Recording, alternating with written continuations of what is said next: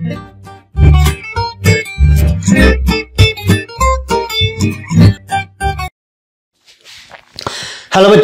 बच्चों आज हम करेंगे डीबीएमएस के अंदर जो हमारा सेक्शन है रिलेशनल डेटा मॉडल, उसके अंदर टॉपिक है हमारे पास आज इंटीग्रिटी कांस्टेंट्स।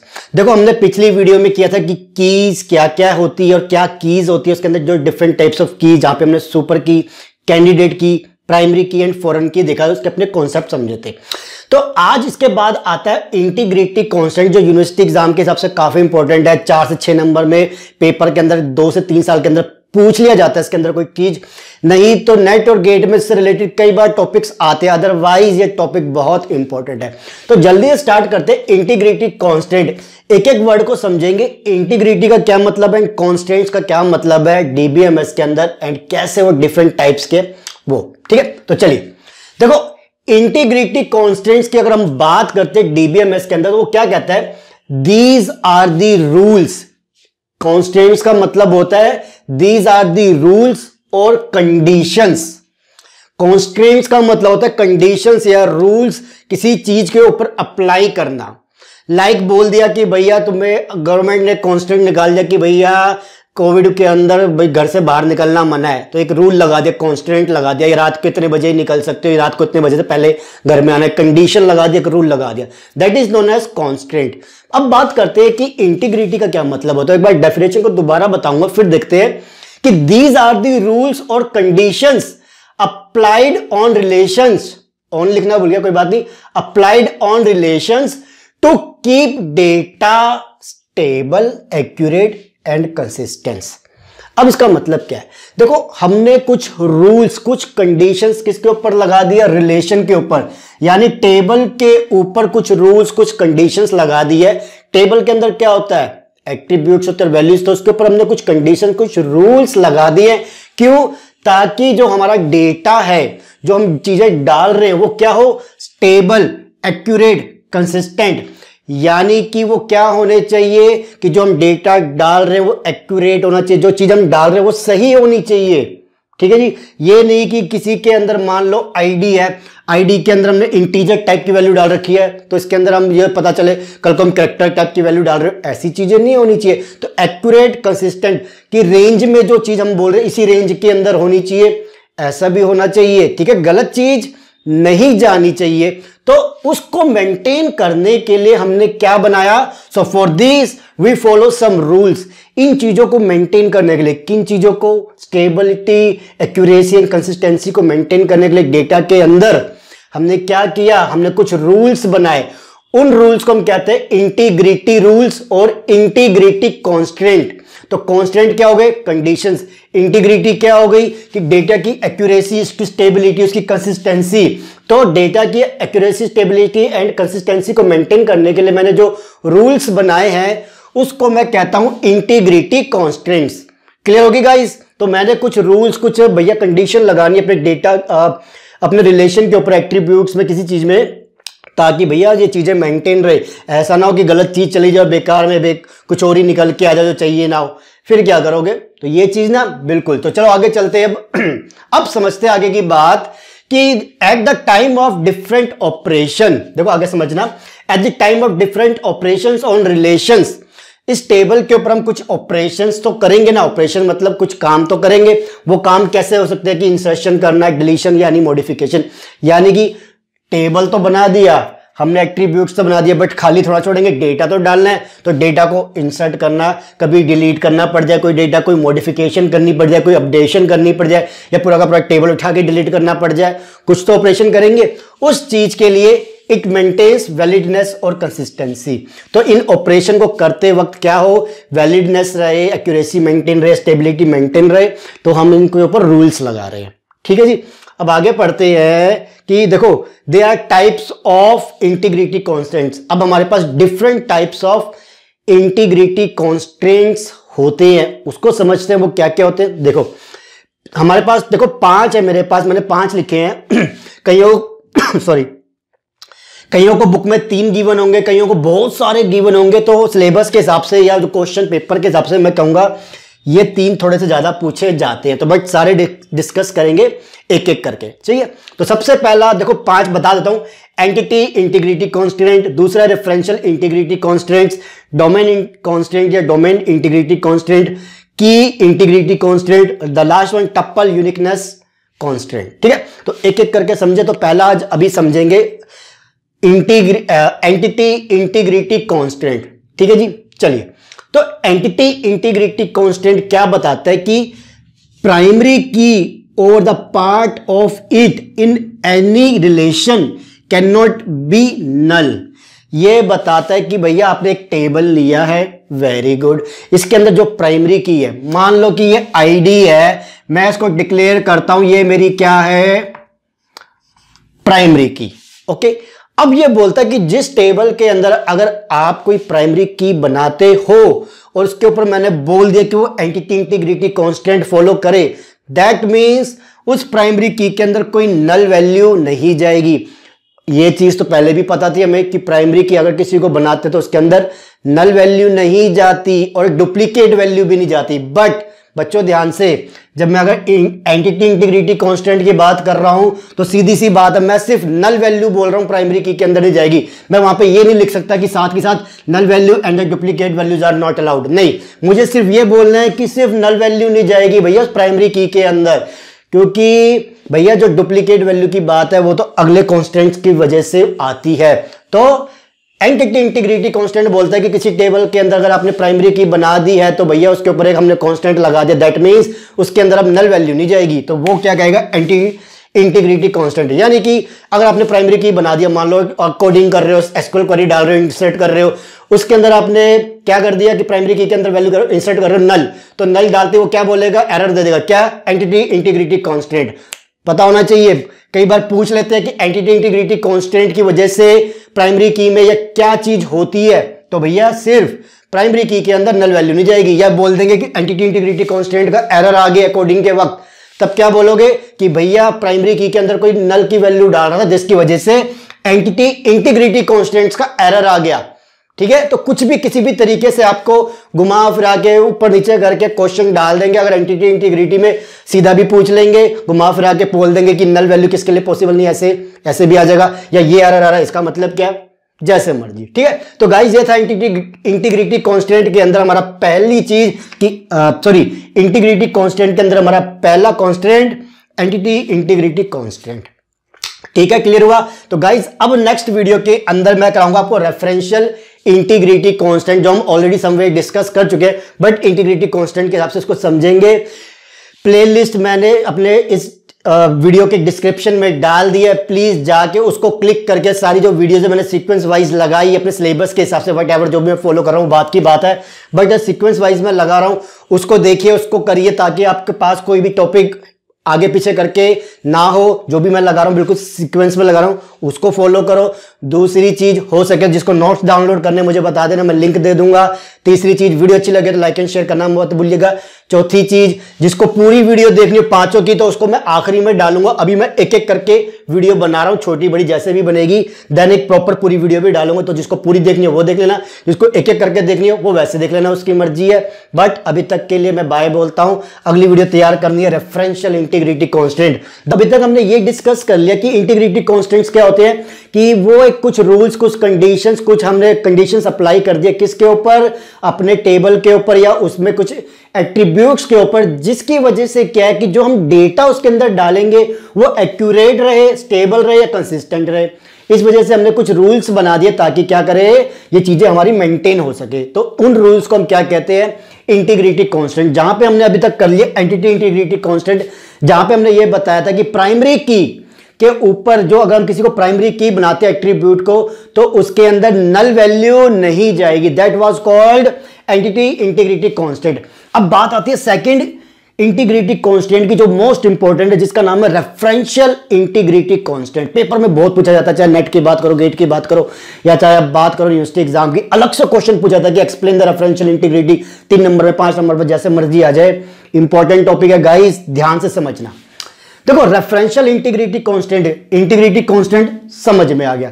रेफरेंस का मतलब क्या था, मैंने किसी का रेफरेंस दिया जाके ये काम कर लो, मतलब भैया मैं किसी को अपना रेफरेंस दे रहा हूं, अपना वजह दे रहा हूं कि भैया मेरे नाम पे तो ये काम करके आ सकता है। यही चीज होती है रेफरेंस देना अपना, भैया आप कुछ बताना। जब रेफरेंशियल इंटीग्रिटी की बात करते तो यहां पे कॉन्सेप्ट चलते हैं दो टेबल के, ठीक है। मेरे पास दो टेबल होगी तभी मैं कह सकता हूं कि हाँ समवेयर इनके बीच में रेफरेंशियल इंटीग्रिटी मेंटेन करनी है। ऐसा क्यों? देखो रेफरेंशियल इंटीग्रिटी का मतलब क्या होता है, ध्यान से समझो। ये कहता है कि अब फॉरेन की, ठीक है, एक फॉरेन की है, कैन बी ईदर नल और it can have only those value which are present in primary key with which it is related. ये कहता है कि भैया रेफरेंशियल इंटीग्रिटी मेंटेन कर रहे हो तो उसमें क्या मतलब है कि आपके पास एक फॉरेन की है, किसी टेबल में आपने किसी एट्रीब्यूट को फॉरेन की बनाया है, तो जिसका मतलब क्या है कि उसके अंदर एक तो नल वैल्यू जा सकती है, ये मत लिखना नहीं जा सकती, वो प्राइमरी की में होता है। यस, फॉरेन की में नल वैल्यू जा सकती है, साथ ही साथ उस फॉरेन की के अंदर, उस एट्रीब्यूट के अंदर सिर्फ वही वैल्यूज आएगी जो कि क्या है, जिससे वो प्राइमरी की बना था, जो किसी और टेबल में जहां पे वो प्राइमरी की है उसके अंदर जो एट्रीब्यूट के अंदर जो वैल्यूज है वही वैल्यूज फॉरेन की में जा सकती है। ये दो चीजें सेटिस्फाई करता है रेफरेंशियल इंटीग्रिटी। पहली, नल वैल्यू जा सकती है फॉरेन की में, और फॉरेन की के अंदर वही वैल्यूज आएगी जो कि वैल्यूज जहां पे प्राइमरी की बना हुआ दूसरे टेबल में वो वैल्यूज है उसमें से। अदरवाइज अगर ऐसा कुछ आपने छेड़खानी की तो वो मिनट में आपको, मतलब एसक्यूएल जो भी कर रहे होगे, यूज करोगे ओरेकल का, एमएस एसक्यूएल का, व्हाटएवर जो भी, वहां पे सिंपल दिखा देगा कि रेफरेंशियल इंटीग्रिटी कांस्टेंट ब्रेक हो रही है, भैया ये एरर आ रहा, तो समझ जाना कि आपने कहीं पे पंगा ले लिया है फॉरेन की के साथ, कि भैया कोई वैल्यू चेंज कर रहे हो या कुछ ऐसा पंगा ले लिया है कि डिलीट मार दिया, जो वैल्यू एग्जिस्ट करती थी आपने उसको हटा दिया है, तो वहां पे आपको रेफरेंशियल इंटीग्रिटी का एरर आ जाएगा। तो वो लिखा आएगा कि रेफरेंशियल इंटीग्रिटी कांस्टेंट एरर है, इसका मतलब क्या पेपर में आता है, तो बताना पड़ेगा कि आइदर मैंने जो नल वैल्यू है वो नहीं करी है, या फिर प्राइमरी की के अंदर जो वैल्यूज थी उससे हटके कोई मैंने और वैल्यू डाल दी है फॉरेन की में। ठीक है जी, तो एग्जाम्पल लेते हैं। यहां पे मेरे पास दो टेबल है, समझते हैं इसको अच्छे से।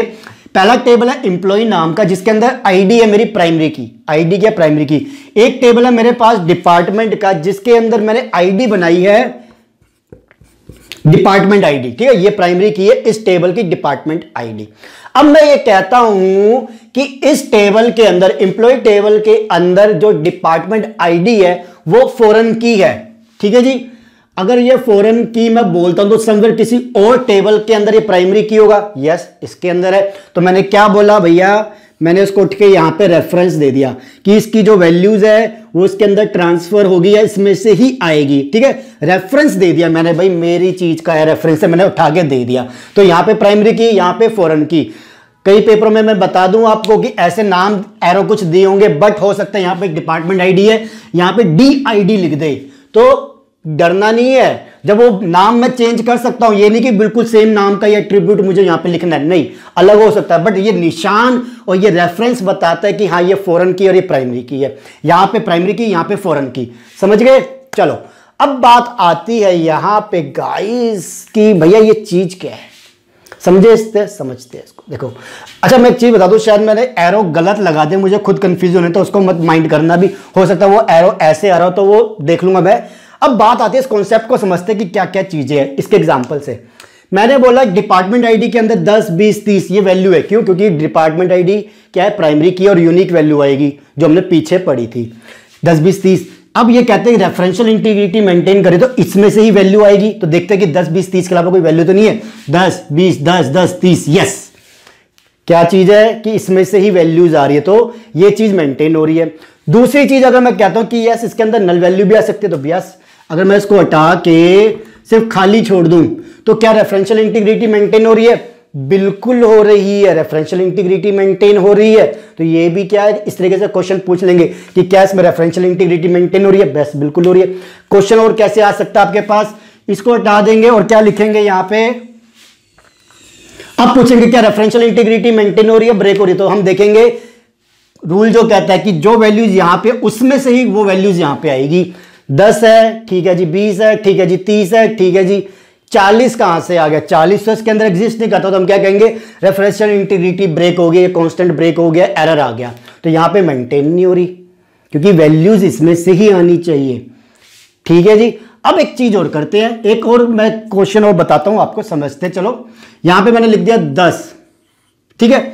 अब मैंने क्या किया, टेबल के अंदर मुझे कुछ चेंज करना है, मान लो इस टेबल के अंदर, और मैं क्या कहता हूं कि डिलीट कर दो वो रो जिसके अंदर डिपार्टमेंट आईडी 10 है, सारी डिलीट कर दो। तो उसने हटा के 10 वाली रो, ठीक है, यहां पे मैं कर नहीं रहा, बट ये मान लो कि ये मैंने डिलीट कर दी पूरी रो 10 वाली, ये हट गई और मेरे पास टेबल में रह गया 20 और 30। तो क्या अब रेफरेंशियल इंटीग्रिटी मेंटेन रहेगी? बिल्कुल भी नहीं रहेगी। क्यों? क्योंकि अगर मैंने यहां से 10 हटा दिया तो यहां पे तो 10 10 और 10 एग्जिस्ट करता है भाई, ये वैल्यू तो वही जाएगी जो उसके अंदर होगी, तो यहां पे भी रेफरेंशियल इंटीग्रिटी का एरर आ जाएगा। ठीक है, इस तरीके से आपको बताते रहेंगे कि कब एरर आएगा कब नहीं आएगा। इस तरीके से क्वेश्चन पुटअप किया जाता है, ये आता रहता है। ये डायरेक्ट तो वैसे तो यूनिवर्सिटी एग्जाम में डायरेक्ट आता है कि explain the referential integrity with the example, 5 7 10 number जैसे ही पूछा जाए। तो यहां पे सारे के सारे केसेस को आप डिस्कस करना कि इस बेस पे मेंटेन रहेगी, इस केस पे मेंटेन रहेगी। तो जो भी चीजें सारी बताना, तब जाके आपको पूरे मार्क्स मिलेंगे। टेबल नीट एंड क्लीन बना लेना, और नेट गेट वालों आपको डिफरेंट तरीके से पूछ सकते हैं, काफी इंपॉर्टेंट टॉपिक है ये रेफरेंशियल इंटीग्रिटी। ठीक है गाइज, तो ये चीज मेंटेन रखना। अब बात करेंगे आगे जाके जो हमारा तीसरा इंटीग्रिटी कांस्टेंट आता है, जिसका नाम है डोमेन कांस्टेंट या डोमेन इंटीग्रिटी कांस्टेंट, उसको डिस्कस करेंगे इंटीग्रिटी कांस्टेंट्स का। तो यहां पे हम देख चुके हैं कि इंटीग्रिटी कांस्टेंट्स क्या होते हैं और टाइप्स ऑफ इंटीग्रिटी कांस्टेंट्स कर रहे हैं। तो हम entity integrity constant and referential integrity constants already discuss कर चुके हैं। अब बारी आती है जो हमारा तीसरा कांस्टेंट है या तीसरा इंटीग्रिटी कांस्टेंट है, जिसका नाम है डोमेन कांस्टेंट या डोमेन इंटीग्रिटी कांस्टेंट। वो क्या है? ये भी काफी इंपॉर्टेंट है, कई बार पेपर में कई बार पूछा जाता है, चाहे नेट की बात करें या गेट की बात करें। तो जल्दी से डिस्कस करते हैं कि डोमेन इंटीग्रिटी कांस्टेंट या डोमेन कांस्टेंट्स क्या होते हैं। तो डेफिनेशन क्या कहती है? The restriction applied on domain. Definition simple है, वो कहते हैं डोमेन इंटीग्रिटी कांस्टेंट क्या है कि जो रिस्ट्रिक्शन मैंने अप्लाई करी है डोमेन पर, उसको मैं क्या कहता हूं? Domain integrity constant. डोमेन को याद करो, डोमेन क्या है? इंटीग्रिटी कांस्टेंट तो पता है। डोमेन क्या होता है? किसी एट्रीब्यूट की जो भी वैल्यूज है सारी, उसको हम उसका डोमेन कहते हैं। ठीक है, तो सारी वैल्यूज के ऊपर किसी एट्रीब्यूट की हमने अगर कोई रिस्ट्रिक्शन लगा दी है, तो हम क्या कहेंगे कि हमने एक डोमेन इंटीग्रिटी कांस्टेंट अप्लाई किया हुआ है। अगर कोई मेरे से पूछे कांस्टेंट का एग्जैक्टली मीनिंग क्या बोला जाए, तो रिस्ट्रिक्शन, कि भाई ये चीज हो सकती, ये चीज करनी है, ये चीज नहीं करनी है, रिस्ट्रिक्शन लगा दी है, तो कांस्टेंट मतलब रिस्ट्रिक्शन। तो डोमेन के ऊपर जब मैं रिस्ट्रिक्शन लगा दूं तो मैं क्या कहूंगा? वो डोमेन इंटीग्रिटी कांस्टेंट है। बट किस तरीके की हम कंडीशन लगाएंगे, रिस्ट्रिक्शन लगाएंगे, उसको समझते हैं। Restriction applied on every value of attribute. यहां पे जो भी एट्रीब्यूट पे हम लगा रहे हैं उसकी सारी वैल्यू पे हमने अगर एक रिस्ट्रिक्शन लगा रखी है, कोई कंडीशन लगा रखी है, तो डोमेन इंटीग्रिटी कांस्टेंट के ऊपर आएगा। बट कैसे? देखो, this restriction includes data types. एक तो पहली चीज, डेटा टाइप जब हम बताएंगे तो वो क्या कर रहा होगा? डोमेन इंटीग्रिटी कांस्टेंट अप्लाई कर रहा होगा। डेटा टाइप जैसे कि इंटीजर है, वेर कैरेक्टर है, टाइम फॉर्मेट है, डेट फॉर्मेट है। टाइम में मतलब कितने बजे कैसे दिखाना है, डेट में मतलब आज की तारीख कैसे दिखानी है। तो ये सारे कई ऐसे तो हमारे पास बहुत सारे डेटा टाइप्स होते हैं, बहुत सारे, बट मैं कुछ एग्जांपल लिए हैं। तो अगर मैं जब अपना एक्सक्यूएल क्वेरी करेंगे, टेबल बनाएंगे, तो हम ये चीजें डिफाइन करते हैं वहां पे, ठीक है ना। तो वहां पे जब मैं डेटा टाइप बता रहा हूँ कि भैया ये आईडी है, इसके अंदर इंटीजर ही जा सकता है, तो मैंने कांस्टेंट लगा दिया। जब मैंने बोला नाम है इसके अंदर, तो भाई कैरेक्टर की चीज ही जाएगी और इतनी लेंथ की जाएगी सिर्फ, ठीक है। 20 कैरेक्टर से ऊपर किसी का नाम नहीं होना चाहिए, तो मैंने रिस्ट्रिक्शन लगा दी है, तो वो किस में आ जाएगा? डोमेन कांस्टेंट के अंदर। मैंने बोल दिया फोन नंबर है, इतनी डिजिट से ऊपर नहीं होना चाहिए, कांस्टेंट लगा दिया। एज बोल दी, ये चीज होनी चाहिए भैया, किसी की 500 साल उम्र नहीं डाल सकते आदमी की, गलत हो जाएगा ना, 500 साल डाल देंगे। तो एक रेंज लगा दी, वो क्या? कांस्टेंट हो जाएगा। कौन सा? Domain constant. क्यों? क्योंकि हमने उसकी वैल्यू के ऊपर कांस्टेंट लगाया, ठीक है। तो अब इसके आगे और क्या होगा? साइज ऑफ वेरिएबल बता दिया, टाइप के साथ मैंने साइज ऑफ वेरिएबल भी बता दिया कि भाई इंटीजर बोला तो दो का साइज होगा, कैरेक्टर बोल दिया 20 का होगा, कैरेक्टर बोल दिया 20 का, 30 का, जो आपका लिखने का मन है वैसे। तो टाइप के साथ साथ मैंने उसके साइज पे भी रिस्ट्रिक्शन लगा दी। साथ ही साथ एक तरीके का और डोमेन कांस्टेंट होता है कि अगर मैंने चेक्स लगा दिया, चेक्स, कि भाई इस एट्रीब्यूट के अंदर मैंने लिखा है कि लाइक वैल्यू नॉट नल, कि इसके अंदर कोई वैल्यू नल नहीं आएगी, नाम किसी का भी डाल रहा हूं नल नहीं आएगा, ये भी चेक लगा सकता हूं। तो ये क्या हो जाएंगे, सारे डोमेन कांस्टेंट के एग्जांपल है। जब आपसे पूछा जाए कि एग्जांपल बताओ तो आपको बताना पड़ेगा कि डेटा टाइप्स हो गए उनके साइज के ऊपर, या कोई चेक्स लगा के हम डोमेन इंटीग्रिटी कांस्टेंट को मेंटेन कर सकते हैं। अब बारी करते हैं इस टेबल के अंदर और एक एग्जांपल लेते हैं कि कैसे मैं मेंटेन कर सकता हूं, एक ब्रेक कर सकता हूं एक इंटीग्रिटी कांस्टेंट डोमेन की। वो देखो, जब मैंने इसका स्कीमा, रिलेशनल स्कीमा बना रहा था या टेबल क्रिएट कर रहा था, तो मान लो कि मैंने सारी चीजें लिख दी, बट वहां पे मैंने एक डोमेन कांस्टेंट लगा दिया। वो क्या था कि भाई checks age should be greater than और इक्वल टू 18। ठीक है, ये मैंने बोल दिया कि आप जो मर्जी वैल्यू डालो एज के अंदर। जब मैं स्कीमा या क्वेरी बना रहा हूं तो उसमें मैंने बोला कि जो आपके पास इस टेबल के अंदर एट्रीब्यूट है एज, उसके अंदर कौन सी वैल्यू जा सकती है, जो कि क्या हो, age should be greater than और इक्वल टू 18। 18 साल से ऊपर का ही बंदा या 18 साल का ही इसके अंदर हम एज डाल सकते हैं, अदरवाइज वो क्या हो जाएगा, ब्रेक करेगा डोमेन इंटीग्रिटी कांस्टेंट को। तो अब देखते हैं क्या डोमेन इंटीग्रिटी कांस्टेंट मेंटेन है या नहीं। 32 यस बड़ा है, 65 भी बड़ा है, 48 भी बड़ा है, 18 भी बड़ा है, 21 भी बड़ा है, yes domain integrity constant maintain है, वेरी गुड। अगर मैं वैल्यू यहां पे नल कर दूं, ब्रेक हो गया। क्यों? क्योंकि ये क्या है, कुछ भी नहीं है तो ब्रेक हो गया, खाली नहीं छोड़ सकता। अगर मैं वैल्यू यहां पे 12 कर दूं, क्या ये चलेगी? यस चलेगी। क्यों? क्योंकि भैया ये ग्रेटर देन नहीं चलेगी, क्योंकि ये लेस देन 18 है। ठीक है, तो यहां पे मेंटेन नहीं होगी, ऐसे कुछ पूछा जाता है। अगर मैं कह दूं 500 साल, क्या अब चलेगी?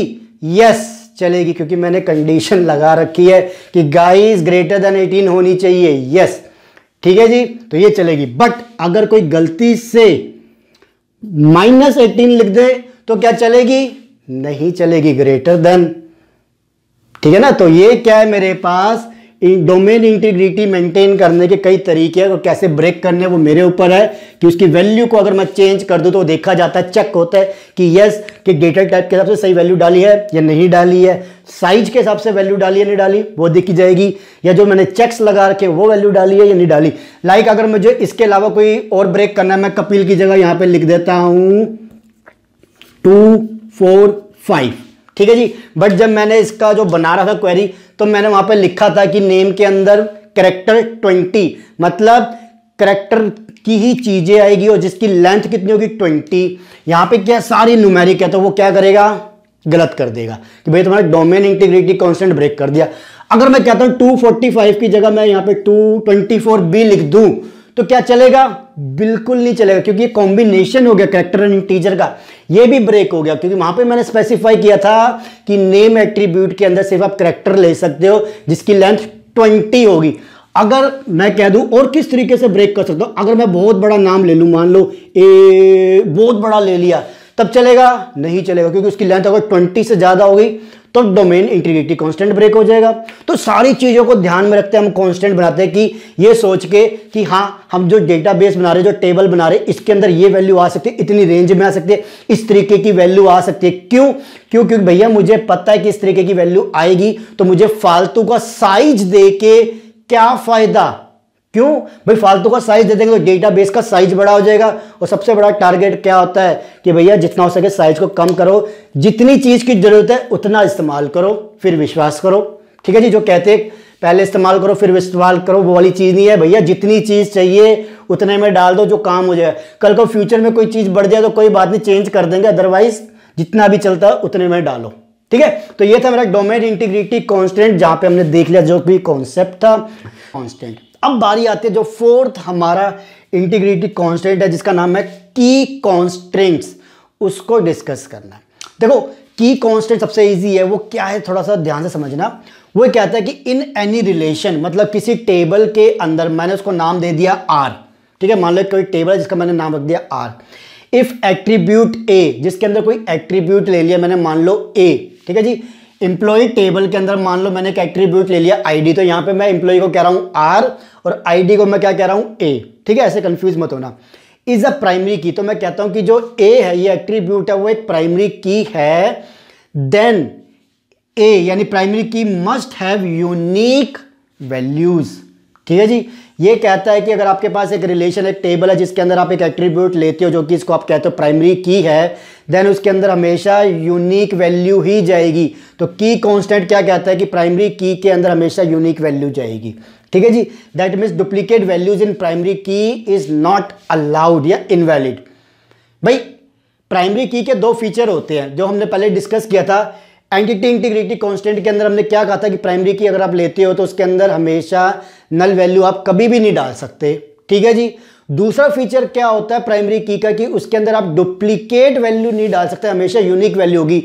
वो कैसे मेंटेन होगी? वो मेंटेन होगी की कांस्टेंट से। ठीक है, कई बार बच्चे यही गलती करके आते थे कि एंटिटी इंटीग्रिटी कांस्टेंट के अंदर दोनों चीजें लिखाते हैं कि नल वैल्यू भी नहीं आएगी और साथ ही साथ इसके अंदर डुप्लीकेट वैल्यू भी नहीं आएगी। नहीं गाइस, दोनों अगर कांस्टेंट की बात करो तो दोनों अलग अलग है। यहाँ पे अगर आप नल वैल्यू की बात करोगे तो एंटिटी इंटीग्रिटी कांस्टेंट से मेंटेन होती है, और अगर आप बात करोगे डुप्लीकेट वाली यानी यूनिकनेस लानी है तो वो की कांस्टेंट से मेंटेन होगी। ठीक है, तो चलो टेबल के अंदर देखते हैं। ये एम्प्लॉय मेरा टेबल है जिसके अंदर आईडी मैंने प्राइमरी की ले रखी है। तो क्या इसके अंदर क्वेश्चन में पूछा जाएगा कि क्या की कांस्टेंट या की इंटीग्रिटी कांस्टेंट मेंटेन है या नहीं है? तो इंटीग्रिटी मेंटेन है या नहीं, उसके लिए मैं क्या कहूंगा भैया, सिंपल सी बात कि यूनिकनेस होनी चाहिए, सारी वैल्यू अलग होनी चाहिए। 1 रिपीट नहीं हो रहा, 3 रिपीट नहीं हो रहा, 7 रिपीट नहीं हो रहा, 9 रिपीट नहीं हो रहा, 6 रिपीट नहीं हो रहा। यस, तो ये हम क्या कहेंगे की कांस्टेंट मेंटेन है। अब इसको थोड़ा सा चेंज कर देते हैं। चलो 7 की जगह मैंने लिख दिया 6। अब पूछा जाएगा कि क्या की कांस्टेंट ब्रेक हो रहा है या नहीं? यस, ब्रेक हो रहा है। क्यों? क्योंकि 6 डुप्लीकेट वैल्यू आ गई। तो यहां पे हम कहेंगे की कांस्टेंट या की इंटीग्रिटी कांस्टेंट यहां पे मेंटेन नहीं हो रही। दूसरी चीज, अब इसको हम क्या कहते हैं भाई, मैंने खाली छोड़ दी।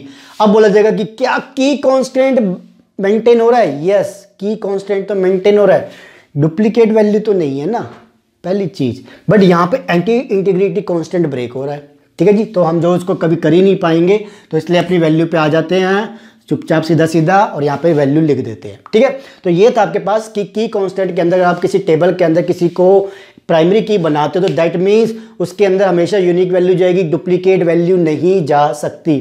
ठीक है गाइस, तो ये टॉपिक था आपके पास एंटिटी इंटीग्रिटी कांस्टेंट के अंदर की कांस्टेंट्स क्या होते हैं। वीडियो के अंदर मैंने डिस्क्रिप्शन में डाल दिया है कि भैया प्लेलिस्ट को फॉलो करना, तो वहां पे लिंक है, जाके प्लीज सीरियल वाइज वीडियोस को देख लेना। अब बारी आती है हमारा जो लास्ट कांस्टेंट है, that is called tuple uniqueness constants. अब नाम ही बता रहा है टप्पल यूनिकनेस कांस्टेंट, यानी कि भैया जो मेरे पास टप्पल्स है, रोज है, उसके अंदर हमने रिस्ट्रिक्शन लगा दी क्या कि यूनिकनेस रहेगी, मतलब कोई डुप्लीकेट वैल्यू नहीं आएगी। तो यहाँ पे तो duplicate tuples within a single relation are not allowed, जिसका मतलब कि अगर आपके पास एक टेबल है और टप्पल्स है तो उसके अंदर डुप्लीकेट वैल्यूज नहीं होगी टप्पल्स में। याद रखना, एट्रीब्यूट की बात नहीं कर रहे, यहाँ पे टप्पल्स की बात कर रहे हैं कि दो टप्पल हमारी बिल्कुल सेम नहीं हो सकती, डुप्लीकेट नहीं हो सकती। तो that is called tuple uniqueness constant. ठीक है जी, अब बात करते एग्जांपल लेते हैं। जैसे कि मान लो कि मेरे पास ये सारा डेटा है। ठीक है, मैं कहता हूं कि चलो ये मैंने इसको 1 कर दिया, थोड़ा ध्यान से समझना, मैंने इसको 1 कर दिया और इसको सुदेश लिखता। जैसे मैं इसको सुदेश लिखता, मानो क्या ये लेता इस वैल्यू को? कैसे भाई, सोचो। देखो, मैंने जो रूल कहता है कि प्राइमरी की के अंदर डुप्लीकेट वैल्यू नहीं आ सकती, किसमें पढ़ा था? की कांस्टेंट में। तो पहले ही क्या होती है, इंटीग्रिटी ब्रेक हो जाती है, वो करने ही नहीं देता आपको, तो आपको तो उसकी जरूरत भी नहीं पड़ती टप्पल यूनिकनेस की। बट इन केस मान लो प्राइमरी की ये है नहीं, अगर ये प्राइमरी की नहीं है तो डुप्लीकेट वैल्यू आ सकती है। यस, तो डुप्लीकेट अगर वैल्यूज आ सकती है, मान लो मैंने इसको कर दिया भैया सुदेश, ठीक है जी, और इसको भी मैंने वैल्यू को क्या कर दिया, जो ऊपर मेरे पास वैल्यू है 7 8 9 dot dot dot 0, same value कर दी। ठीक है जी, और इसकी एज भी मैंने क्या कर दी, सेम कर दी। ओके, अब इसके अंदर देखो क्या चीज है, ये टप्पल, ठीक है जी, ये टप्पल जिसको मैं T1 बोल देता हूं, और मेरे पास ये टप्पल जिसको मैं T2 बोल देता हूं। ओके, ये जो दो रो है इनकी वैल्यू सेम है। यस, बिल्कुल सेम है, जिसका मतलब क्या हुआ, टप्पल यूनिकनेस कांस्टेंट ब्रेक हो गया मेरा। तो यहाँ पे आपसे क्वेश्चन पूछा जाता है कि टप्पल यूनिकनेस का मतलब ये चीज है कि यूनिक वैल्यू आनी चाहिए। चाहे मैं इसको देखो, चाहे मैं यहाँ पे 1 करता, मान लो ठीक है, सुदेश की जगह मैं यहाँ पे लिख लेता राहुल, राहुल पानी चला जाएगा ना लो, ठीक है, राहुल लिख देता, तब क्या ब्रेक होती?